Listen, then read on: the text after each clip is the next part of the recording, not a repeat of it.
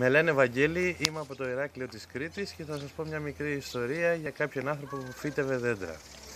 Κάποτε σε ένα έρημο βουνό ήταν ένας άνθρωπος ο οποίος ζούσε σε ένα βουνό μοναχός του. Να το ακυρώσουμε και do you want to start again from the beginning? No, yeah, it's okay. Okay. Then you must tell the name and... Okay. Το όνομά μου είναι Βαγγέλης, είμαι από το Ηράκλειο της Κρήτης, ανήκω στην τοπική ομάδα του Πελίτη και θα σας πω μια μικρή ιστοριούλα. Κάποτε ήταν ένας αυτοκράτορας ο οποίος είχε γεράσει, δεν είχε παιδιά και ήθελε να βρει ποιον θα αφήσει στη θέση του.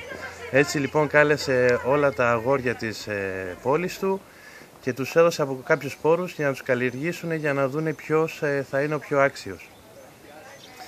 Τα αγόρια λοιπόν πήγαν στο βασίλειο και πήραν σπόρους και μετά από ένα χρόνο που τους είχε πει ο βασιλιάς να γυρίσουν και να τους πούνε τι αποτελέσματα είχαν από τη σπορά τους, γυρίσανε όλοι είχαν μεγάλα δέντρα με όμορφους καρπούς, με υπέροχα φύλλα, εκτός από ένα παιδί.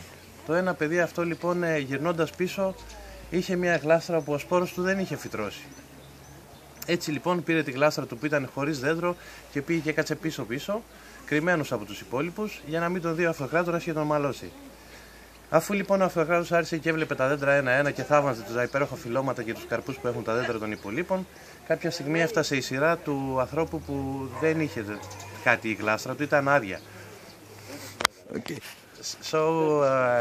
Ο αυτοκράτορας τους είδε λοιπόν όλους και αφού είδε και τον τελευταίο, διάλεξε αυτόν που η γλάστρα του δεν είχε κάτι μέσα. Και αφού τον διάλεξε αυτοκράτορα, αυτός παραξενεύτηκε και τον ρώτησε γιατί εμένα που η γλάστρα μου δεν έχει κάτι μέσα. Και του λέει γιατί σε όλους τους υπόλοιπους έδωσα χαλασμένους σπόρους και όλοι μου φέραν δέντρα. Εσύ είσαι ο μόνος αληθινός.